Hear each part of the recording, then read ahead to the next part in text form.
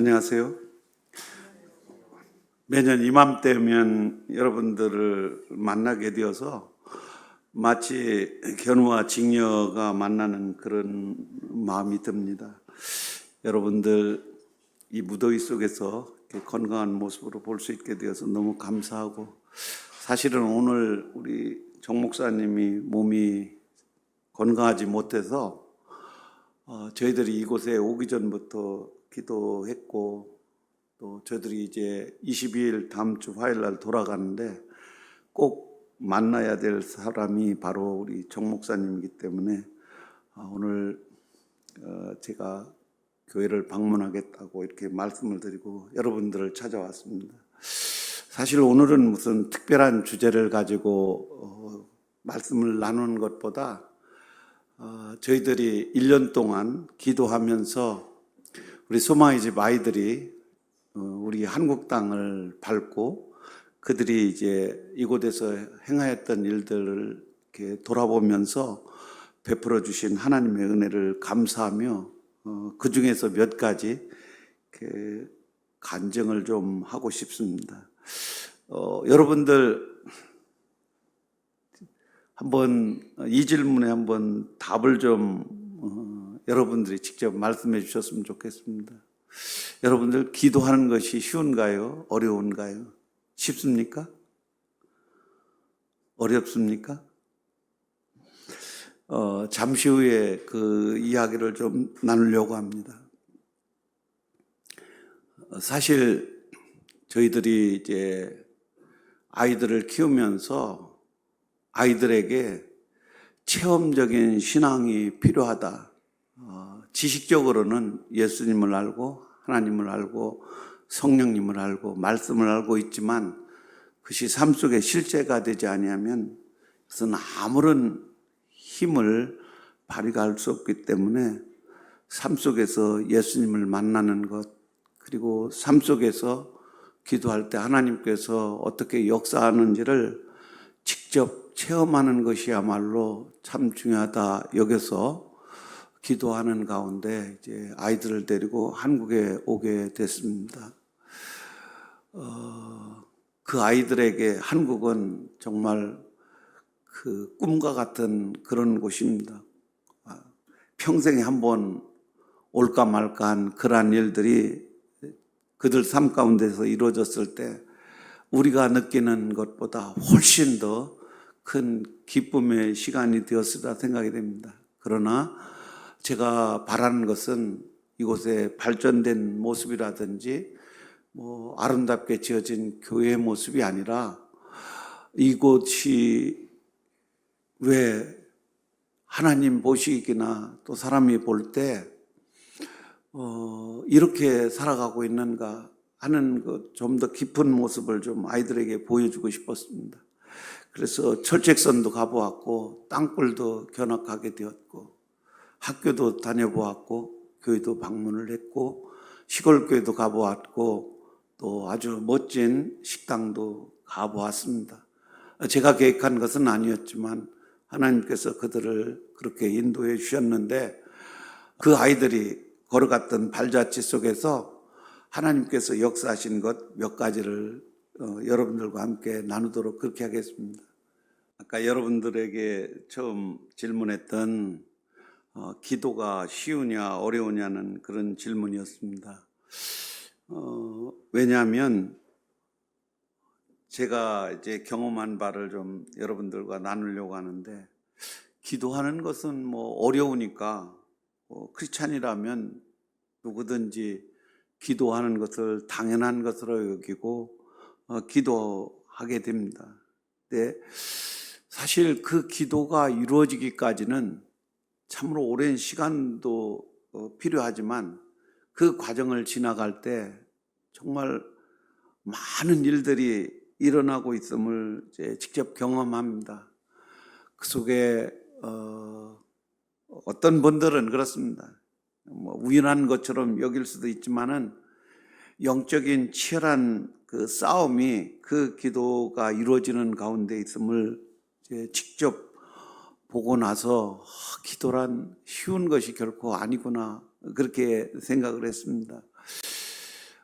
첫 번째, 제가 이제 한국 오는 그 문제를 놓고 기도할 때 한국에 가는 것 이렇게 묻지 아니하고 우리가 가는 것이 하나님의 뜻입니까? 이렇게 이제 처음에 물었습니다. 그때 하나님께서 음성으로 가라 그렇게 말씀하시지 않았고 우리가 읽지는 않았지만 마태복음 28장 19절 20절 말씀을 지난해 하나님께서 말씀을 해주셨습니다. 물론 이 말씀을 수십 차례 아마 수십 차례가 아니라 더 많이 읽었을 겁니다. 근데 지난해 이 말씀을 정말 하나님께서 가라는 말씀으로 제가 받고 그러면 언제 가야 될지 어디를 가야 될지 그 문제를 놓고 하나님께 묻기 시작을 했습니다. 그런데 하나님께서 언제 가라고 말씀하지도 않았고 어디로 가라고 말씀하지도 않았습니다. 가라고만 성경에 기록된 대로 말씀하셨기에 가야 된다라고 이제 결심을 하게 되었습니다. 그리고 나서 작년 저희들이 이제 선교를 갔다 오면은 보통 7월 10일 그 이전에 이제 선교를 마치고 이제 돌아옵니다.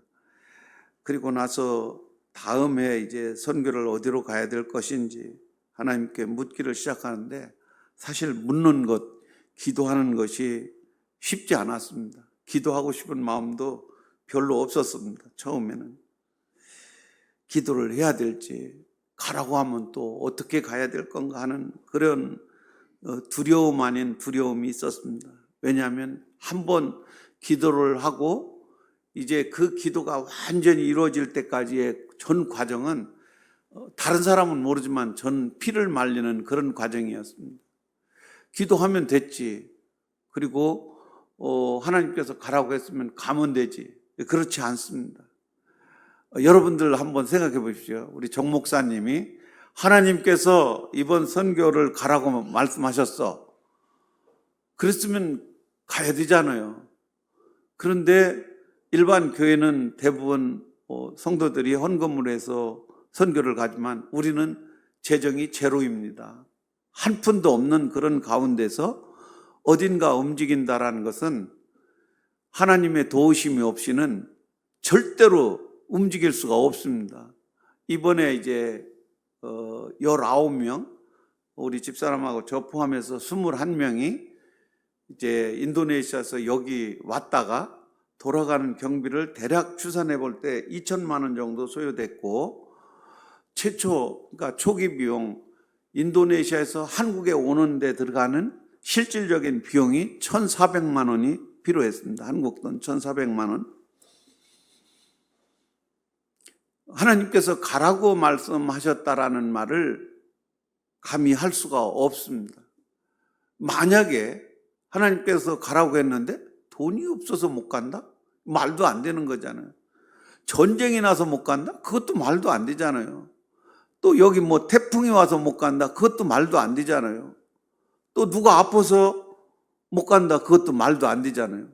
하나님께서 가라고 했는데 전쟁이 나도 가야 되고 태풍이 와도 가야 되고 비행기가 어떻게 되더라도 가야 하는 겁니다.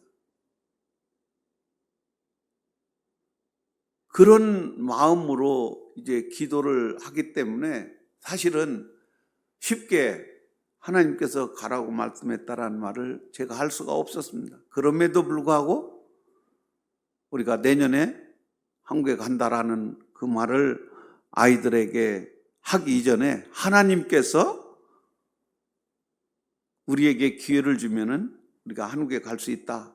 그렇게 말을 하고 그리고 나서 이제 기도하기 시작했습니다. 그때 이제 저는 늘 두 가지로 분류해서 생각합니다. 하나님이 해야 될 일, 그리고 우리가 해야 될 일. 하나님이 무엇이 글쎄 뭐 동물을 시켜서라도 할 수 있겠죠. 그러니까 우리가 여기 와서 그냥 구경하러 다니는 것이 아니라 하나님의 사랑을 누구에게인가 전해야 되기 때문에 찬양을 통해서 여러분들이 어떻게 봤는지 모르지만 저 찬양 속에서, 저 워십 속에서, 저 뮤지컬 속에서 누군가는 저 손짓 하나, 눈동자 하나, 발걸음 한 걸음 속에서도 예수님을 만날 수 있다라는 그런 마음으로 연습을 했습니다. 보기보다 여러분들 인도네시아 사람이 한국말로 저렇게 찬양을 한다는 것이 결코 쉽지 않습니다. 1년간 참으로 아이들이 많이 수고하면서 순종하면서 연습을 했습니다. 워십 또한 마찬가지입니다.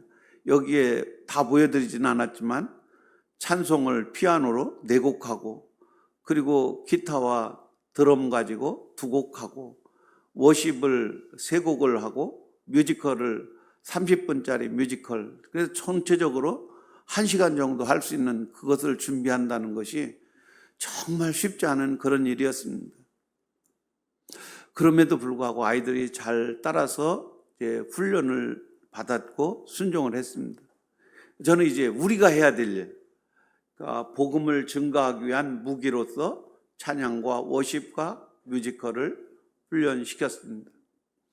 그리고 이제 하나님이 준비해야 될 일은, 한국의 사정은 저는 잘 모릅니다. 어느 교회를 가야 될지, 누구를 만나야 될지, 그리고 차량 문제는 어떻게 해야 되고, 숙식 문제는 어떻게 해야 되고, 이런 모든 과정들을 하나님께 의탁을 했습니다. 그리고 우리가 중요하다면 가장 중요하다는 재정 문제는 내가 해야 될 일이 아니라 하나님이 해야 될 일이다. 그런데 우리가 기도를 시작해서 몇 개월이 지났습니다. 3월 달까지. 올해 3월 달까지는 아무런 반응이 없는 것처럼 그렇게 보였어요. 한 푼도 누가 선교 가라고 후원하는 사람도 없었습니다. 근데 3월이 되자 돈이 들어오기 시작하는데 3월 말까지 거의 1개월 동안에 1,400만 원이 이게 모금이 되었습니다. 여러분, 이것이 제가 막 누구한테 가서 통사정을 해서 얻은 거라면 제가 자랑할 만하잖아요. 근데 전혀 누구한테도 손을 내민 적 없었고 그냥 하나님께 기도했습니다. 근데 때가 되어서 하나님께서 이제 돈을 보내주셨는데, 결정적인 것, 그 집사님은 제가 노은교회에 있을 때 선교사로 나가기 전에 만나서 이렇게 교제하던 분이었는데, 그 이후에 그분이 이제 노은교회를 떠났고 화성 그쪽에서 살고 있었는데 천막을 짓는 그런 일을 하셨습니다. 그게 떼돈을 버는 그런 일도 아니었고,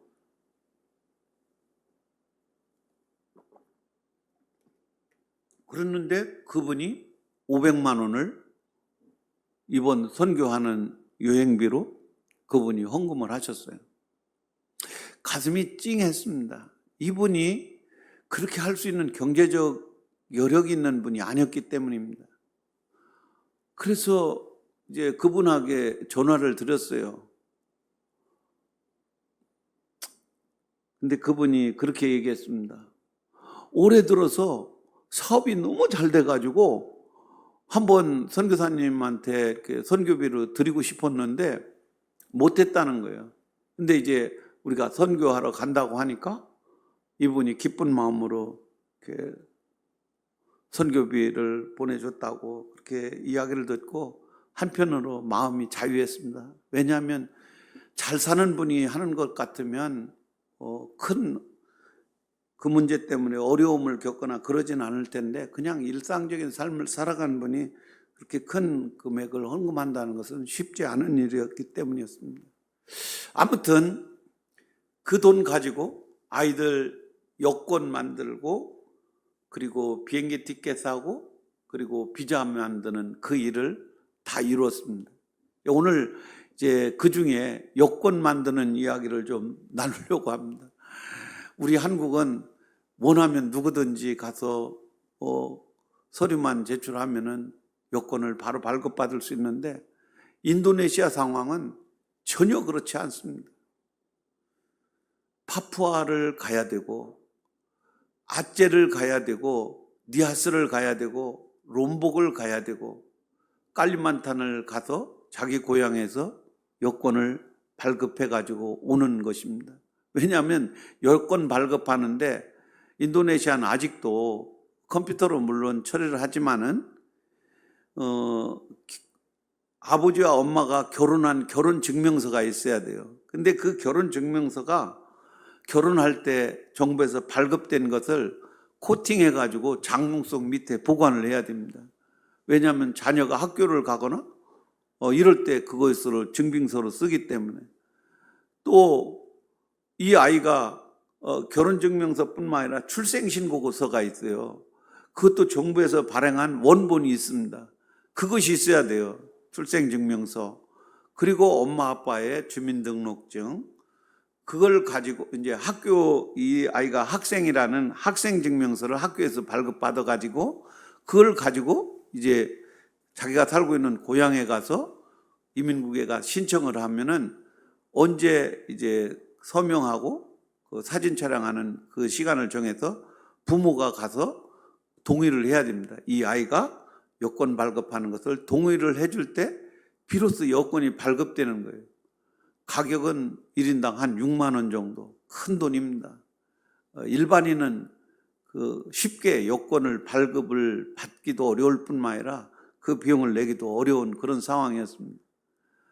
아무튼 이런 과정을 거쳐서 이번에 온 19명이 다 그 과정을 거쳐서 여권을 발급받았고 오지 못한 애들이 한 25명 정도 못 왔는데 그 아이들은 여권을 발급받지 못해서 함께 오지 못했습니다.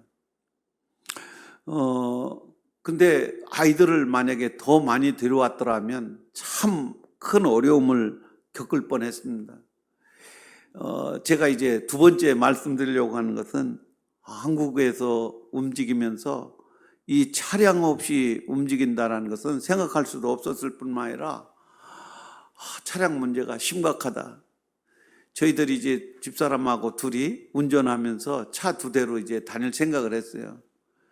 근데 교회마다 형편을 조금씩은 아는데 우리를 파송한 교회도 있었고 근데 차를 빌려달라고 감히 말을 할 수가 없었습니다. 그래 이제 차 문제를 사실은 작년부터 어느 장로님이 저하고 약속을 했어요. 우리 아이들이 오면은 15인승 솔라티 그것을 뽑아가지고 아이들 타고 다니게 해준다고. 그 약속을 철떡같이 믿었는데 오기 한 달 전쯤에 그 약속이 취소가 됐습니다. 왜냐하면 그분도 이제 장애인을 돕는 그런 시설을 하고 있었는데 그 장애인들에게 그 차가 필요 없기 때문에 그 차를 뽑는다는 것이 경제적으로 맞지 않는다 생각을 해가지고 취소를 했다고 그래요. 그때부터 이제 어려움이 닥쳐왔습니다. 누구한테 부탁하기도 어려웠고 결국은 기도하는 가운데 렌트를 하자. 그래서 솔라티를 렌트를 했습니다. 저희들이 원래 20일간인데 처음에 오는 날 빼고 해서 한 17일간 사용하는데 185만 원 주고 렌트를 했습니다. 그래서 차량 문제도 이제 렌트 한 대하고 또 우리가 처음 머물렀던 부천 내동 감리교에서 목사님이 혼쾌히 사역 다 마칠 때까지 차를 한 대를 아예 주셔가지고 잘 사용을 했습니다. 제가 이 말씀을 드리는 것은 이제 성경 말씀을 그때 제가 물론 여러 차례 읽은 말씀이지만은 그때 이제 그런 마음이 들었어요. 마태복음 7장 12절 말씀에 그러니까 우리가 잘 아는 말씀이에요. 남에게 대접을 받고자 한 대로 네가 남을 대접하라는 그 말씀인데 그 말씀을 왜 우리가 많이 읽지 않았습니까? 그러니까 너라면 근데 여러분들은 걱정하지 마십시오. 인도네시아 오면은 차 마음대로 쓰라고 저는 주겠습니다. 2대 다 써도 괜찮습니다. 근데 이제 한국 사정은 그렇지 않구나. 그런 마음이었고 아무튼 남에게 무엇이든지 대접을 받고자 한 대로 남을 대접하는 것이 그것이 하나님의 뜻이며 그게 선지자와 율법이고 황금률이라고 하는 그 마음이 들었기에 제가 큰 부담 없이 차량을 렌트해서 사용하게 되었습니다. 사실은 오늘 이제 제가 나누고자 하는 것이 그 기도의 문제입니다. 그럼에도 불구하고 기도를 멈출 수가 없었어요. 상황이 항상 좋았던 것은 아닙니다. 들려오는 소식들은 다 저를 두렵게 하고 이거 가지 말라는 사인인가? 그런 생각을 합니다. 왜냐하면 지금 우리나라 정부가 아주 윤석열 대통령 그때 막 탄핵을 앞두고 있는 그런 상황이었기 때문에 아주 혼란한 시기에 우리가 과연 한국을 방문하는 것이 그것이 옳은 것인가? 근데 이제 저는 딱 하나 가라고 했기 때문에 그냥 간다. 가는데 가는 목적은 뚜렷합니다. 우리가 가는 목적은 예수님 자랑하는 것이고 우리가 어느 곳에 가든지 복음을 증거하는 것이기 때문에 전쟁통에도 복음이 필요하고 나라가 혼란해도 복음이 필요하고 태풍이 와도 복음이 필요합니다. 예수님이 필요한 것입니다. 그래서 주저하지 아니하고 이제 오게 되었습니다. 그건 변함이 없는 것이기 때문에. 그런데 들려오는 소식들은 자꾸만 두렵게 하는 그런 이야기들이었습니다. 근데 그것도 가까운 사람이나 먼 사람이나 할 것 없이 들려오는 것이 좋은 소식만이 들었던 것이 아니라 가면은 참 큰 어려움을 겪겠구나. 아까 그 차 문제도 상당히 어려운 문제였습니다. 더군다나 이제 오늘 우리 정 목사님 보고 되게 반가웠는데 똑같습니다. 지금도 한국에 가서 내가 조금 편히 발벗고 잘 수 있는 곳이 있다면 어디일까? 저는 두말하지 않고 우리 중심교회를 제가 선택할 겁니다. 여러분들은 어떻게 생각하는지 모르지만 저는 그렇습니다. 그런데 목사님이 편찮으시다는 소식을 듣고 제가 목사님을 사랑한다고 이렇게 얘기하기보다 목사님 마음을 편하게 해드려야 되겠다. 또 사모님이 참 우리보다도 목사님 건강이 그렇게 좋지 않다고 하니까 참 얼마나 안타까울까 하는 그런 마음이 들었습니다. 그래서 목사님한테 걱정하지 마십시오. 더 좋은 것이 준비되어 있을 것입니다. 그리고 목사님 건강이 속히 회복되기를 바랍니다. 이제 그런 마음이었는데 사실은 제가 그렇게 말했지만은 주님은 예비해 놓았지만 제 개인적으로는 참으로 어려운 문제였습니다. 누가 우리 같은 사람들 20여 명 정도 되는 사람들 숙식을 일주일간 제공해 줄 만한 분들이 서울 지역에 저는 뭐 그렇게 가까이 지낸 분들이 없었기 때문에 선뜻 누구에겐가 부탁하기가 어려웠습니다. 근데 뜻하지 않게 부천 내동교회 우리 집사람이 그곳에서 신앙생활을 해왔던 그곳으로 집사람이 이제 한번 가서 물어보겠다 해가지고 갔는데 그곳 목사님이 아주 흔쾌히 친정집인데 무슨 말하냐 어디 가느냐 하고 오라고 해가지고 그곳에 가서 정말 이번에 큰 신세를 졌는데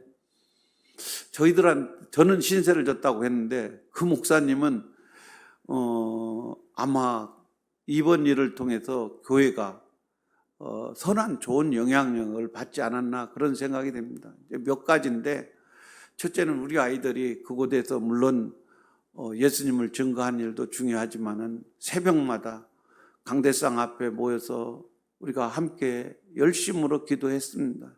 그 모습이 목사님 보시기에 참 흐뭇했던 것 같았고 그리고 이제 그곳에 있는 동안 아무튼 성도들이 아이들을 어찌 보았는지 모르지만은 그런 역사도 처음이었습니다. 우리가 이제 복음을 증거한 그 이후 계속해서 성도들이 헌금을 해주셔가지고 우리가 끝나고 돌아가는 날까지도 끝이 아니고 우리가 이제 마지막 20일간 일정을 다 마칠 때까지 헌금이 계속해서 이루어져 가지고 그것을 공항에 와서 전달해 주는 그런 일도 있었습니다. 그러니까 하나님이 하시는 일은 우리가 생각하는 것보다, 기대하는 것보다 훨씬 크고 놀라운 그런 일들을 이번에 목격을 했습니다. 목사님 정말 아프면 안 됩니다. 건강하셔야 제가 다음에 또 이런 일이 벌어질는지는 모르겠지만 혹시 또 그런 일이 있다면 전 서슴없이 그냥 중심교회에 와서 일주일이든 며칠이든 묵고 싶은 그런 마음이 여전히 있습니다. 여러분들에게 그런 사랑의 빛을 지고 제가 살아가고 있습니다. 그런 기도하는 가운데 정말 저를 두렵게 한 게 아니라 정말 제가 태어나서 이렇게 인간관계가 어려운가 그런 과정을 이번에 와서 맛보았습니다. 사실 오고 안 오고 이런 것보다도 인간관계가 훨씬 중요할 뿐만 아니라 우리가 살아가는 크리스찬으로 살아가는 그 삶 속에 이 관계라는 것만큼 중요한 것은 없다. 형제를 잃어버려서는 안 되잖아요. 믿음의 형제를. 그렇기 때문에 그 사람이 마음 아픈 것도 있어서는 안 되고 저도 그렇고 저와 관계된 그분도 근데 그런 일들이 있었습니다. 그래서 저는 늘 그런 마음이에요. 사랑에 빚진 자인데 선교사로 살아가면서 저는 늘 의리라 생각했습니다. 교회의 형편과 교회가 해주는 것만을 바랄 뿐이지 이렇게 해주세요, 저렇게 해주세요 감히 이야기할 수 없는 그런 삶을 살아왔습니다. 그것이 또 제가 생각하기에는 바른 길이었다 그렇게 생각이 들었는데 이번에 그런 과정들을 겪어가면서 정말 감내하기가 어려웠어요.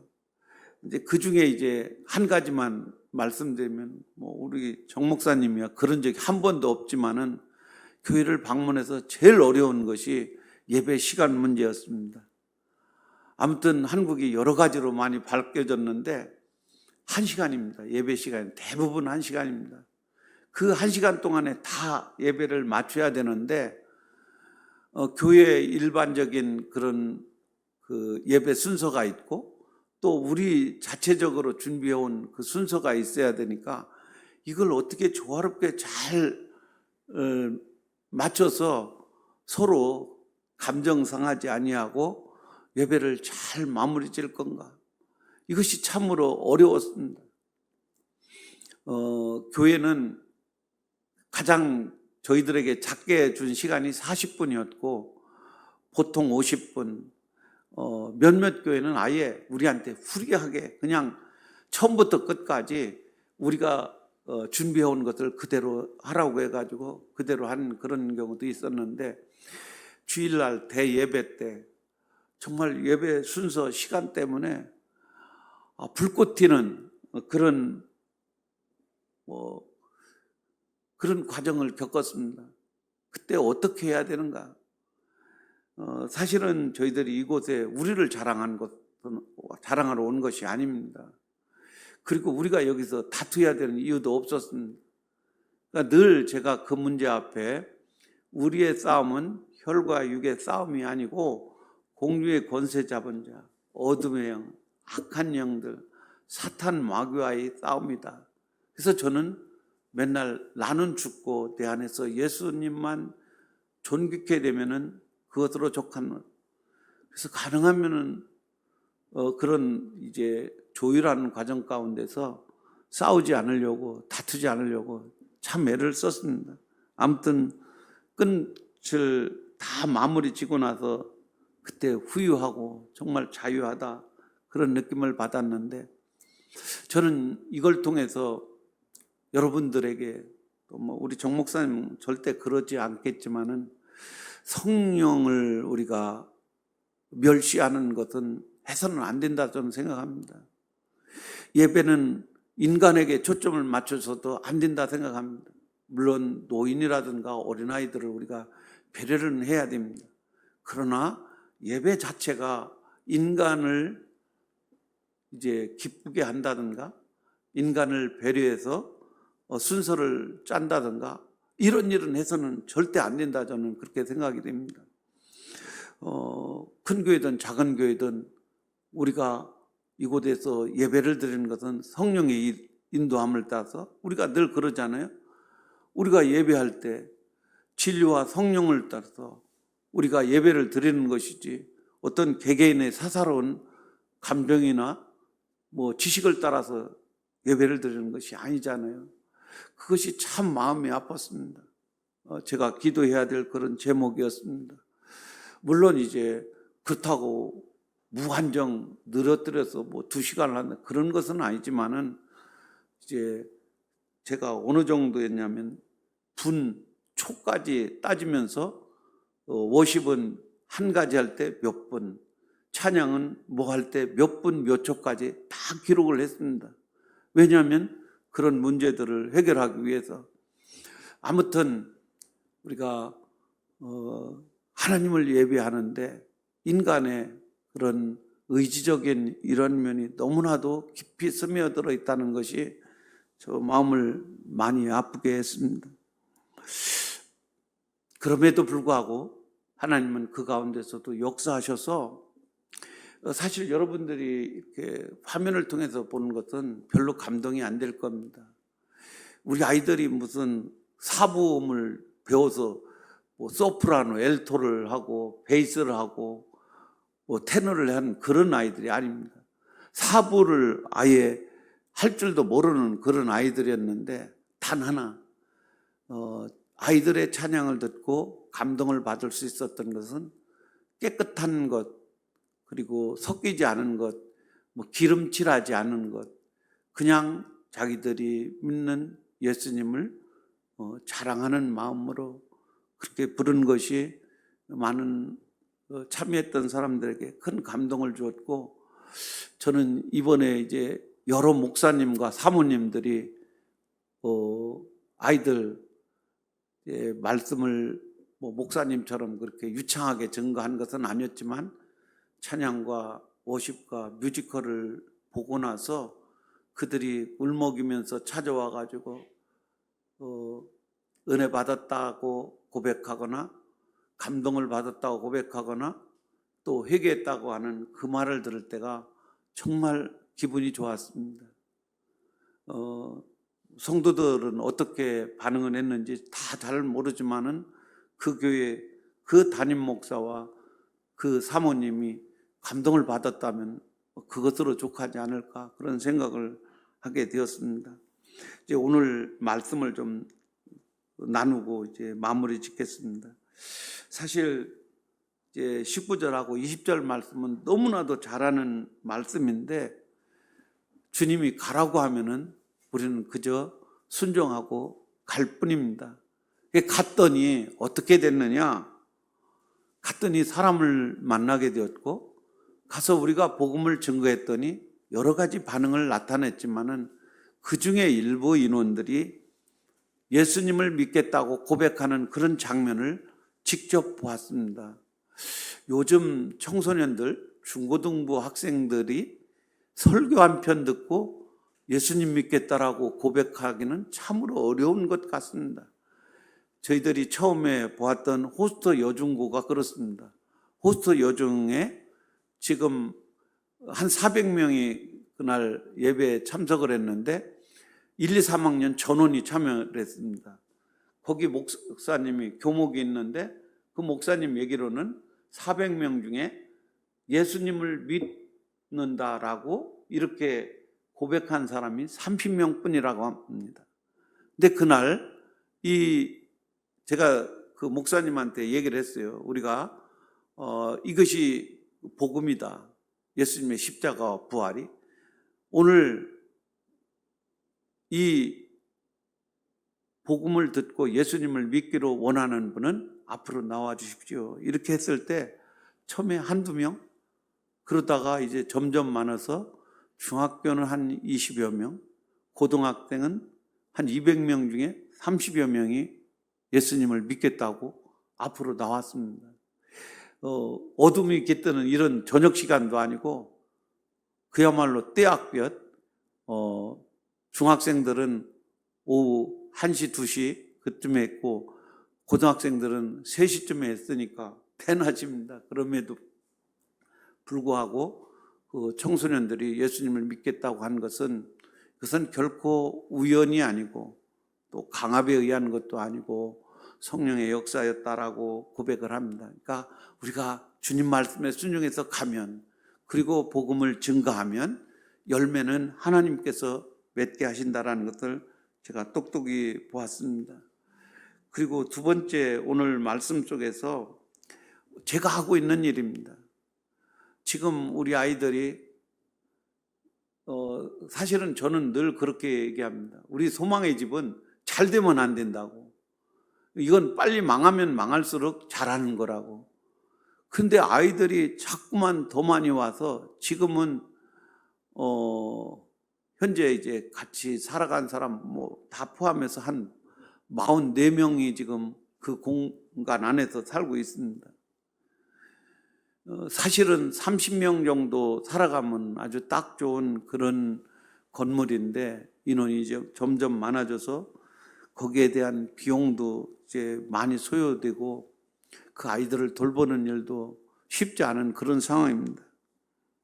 근데 그들을 이제 먹이고 입히고 학교 보내는 것 당연하고 우리가 이제 하고 있는 일은 이 아이들이 첫째는 물과 성령으로 거듭날 수 있도록 예수님을 만날 수 있도록 좋은 환경 그리고 말씀을 계속해서 가르치는 그런 일입니다.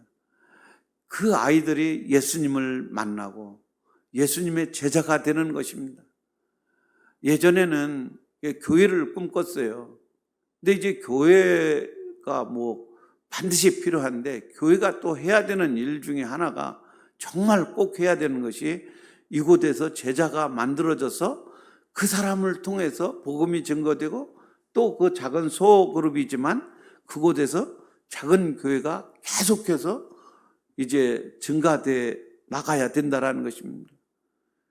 그냥 모여서 우리끼리만 예배드리는 것으로 그치는 것이 아니라 내가 머무는 곳, 뭐 여기 강장모님이 있듯이 강장모님이 머무는 뭐 가정에서든지 일터에서든지 아니면은 뭐 사회적인 모임 속에서라도 그곳에서도 복음이 증거돼야 되고 그곳에서 예수님을 믿는 사람들이 한 명, 두 명 모여서 교회가 이루어지고 그들을 또 훈련시켜서 그들이 또 다른 사람들에게 복음을 증거하는 그런 일들이 계속적으로 일어나야 된다고 저는 생각합니다. 그래서 아이들에게 그 일을 위하여 아침부터 늦은 시간까지 365일 동안 변치 않는 마음 가지고 아이들을 양육해 가고 있습니다. 특별히 우리 중심교회는 목사님의 삶을 바라보고 또 여러분들의 삶을 볼 때 무슨 환경이 바뀐다고 해서 예수님을 배반하고 떠날 그런 사람은 없어 보입니다. 그 말은 예수님 한 분만으로 만족하며 살겠다고 고백하고 그렇게 살려고 무진 애를 쓰는 분들로 저는 여깁니다. 그것이 얼마나 가치 있는 일이고 이것이 얼마나 우리 인생 삶 속에 중요한 일인지는 이 세상에서는 별로 가치 있어 보이지도 않고 의미 있어 보이지 않지만은 우리가 주님 앞에 설 때 이것이 얼마나 영광스러운 일인지 내가 정말 참으로 잘 선택했고 내가 바르게 살아가는 것인지를 그때 증거해 줄 것입니다. 저와 여러분들이 주님 만날 때 착하고 충성된 종아 잘했다 이 말 한마디면 저는 족하다고 생각합니다. 모쪼록 이 어두운 세상에 주님께서 우리를 보낸 목적이 그거였습니다. 잠자는 영혼을 깨워라. 한국이 인도네시아보다 예수님을 더 잘 믿는다고 예전엔 그렇게 생각했습니다. 근데 한국 교회를 돌아보면 돌아볼수록 영적으로 어떤 끼어서 역사하는 그런 것보다는 자꾸만 하나님 꿈을 떠나서 세상으로 세속화되어 가는 그런 모습들이 자꾸만 눈에 보입니다. 물론 그렇지 않기를 바랍니다. 아무튼 우리 다음 세대를 위해서 우리가 더 많이 기도해야 되고, 사실은 우리가 중요합니다. 우리가 정말 세상의 소금처럼 빛처럼 그렇게 살 수만 있다면 주님께서 우리의 자녀들 책임져 주실 것입니다. 중요한 것은 우리 다음 세대가 아니라 오늘 살아간 우리가 정말 세상의 빛처럼 소금처럼 그런 복음을 증거하는 저와 여러분이 되었으면 참 좋겠습니다. 그때 주님께서 저와 우리 아이들과 함께 했던 성령님이 여러분들과 우리 가운데 늘 항상 함께 하실 것을 믿고 감사를 드립니다. 여러분 모두를 사랑하고 축복합니다.